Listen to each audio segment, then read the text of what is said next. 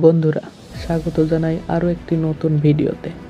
আজকের ভিডিওতে আলোচনা করব কৃত্রিম বুদ্ধিমত্তা অথবা এআই সম্পর্কে। আপনারা কি জানেন কিভাবে কৃত্রিম বুদ্ধিমত্তা আমাদের জীবনকে বদলে দিচ্ছে? প্রতিদিন আমরা যে কাজ করি তার অনেকটাই এখন এআইয়ের মাধ্যমে সম্ভব হচ্ছে।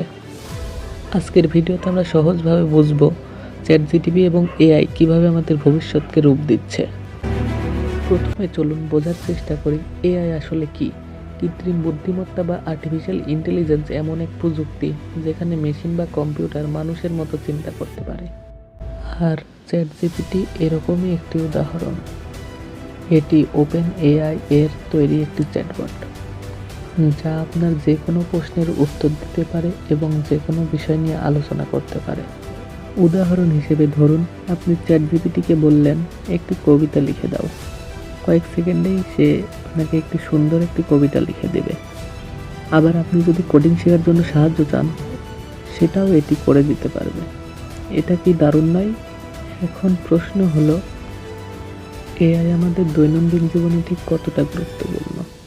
ভাবুন তো, আপনার ফোনে যখন গুগল অ্যাসিস্ট্যান্ট বা সিরি ব্যবহার করেন, সেটাও কিন্তু এআই।